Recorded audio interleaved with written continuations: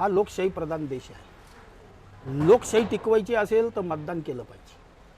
हा मतदानाचा हक्क आम्ही बजावला पाहिजे, याच्याबद्दल काही दुमत नाही. परंतु मत करताना मी कोणत्या जातीचा, माझा उमेदवार कोणत्या जातीचा, मी कोणत्या धर्माचा, याचा विचार न करता सारासार आम्हाला देवाने बुद्धी दिली आहे, आम्ही साक्षर आहोत, तर आम्ही सारासार विचार केला पाहिजे की माझं खरं मत कोणाला गेलं पाहिजे, कशासाठी गेलं पाहिजे, माझं भविष्य काय आहे, माझ्या येणाऱ्या पिढीचं भविष्य काय आहे, याचा विचार करून मतदान दिलं पाहिजे.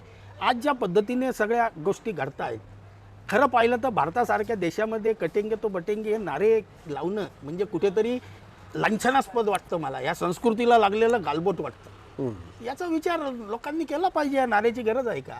अहो, या देशावर जर विचार केला तर सगळ्यात जास्त राज्य मुघलांनी केलं, मुस्लिम समाजांनी केलं. कोणी या देशाला, तेव्हा या देशाची ताकद एवढी नव्हती, त्यांच्यापेक्षा कमीच होती. नंतर शिवाजी महाराज आले, राणी लक्ष्मीबाई आले, महाराणा प्रताप आले, अहिल्याबाई होळकर, अनेक नावं घेता येतील. यांनी हिंदवी स्वराज्य दिलं. त्याच्या आधी आपण काय होतो? मग कोणी या हिंदू राष्ट्राला मुस्लिम राष्ट्र बनवू शकलं का? आज कोणाची ताकद आहे? काहीतरी बोलायचं, काहीतरी सांगायचं, लोकांना भ्रमित करायचं, जे शक्यच नाही आहे. काही झालं तर शक्य नाही आहे. आणि 15% मुस्लिम असताना 30% असल्याचं भासवायचं, हे कुठेतरी भ्रमित करण्याचं काम.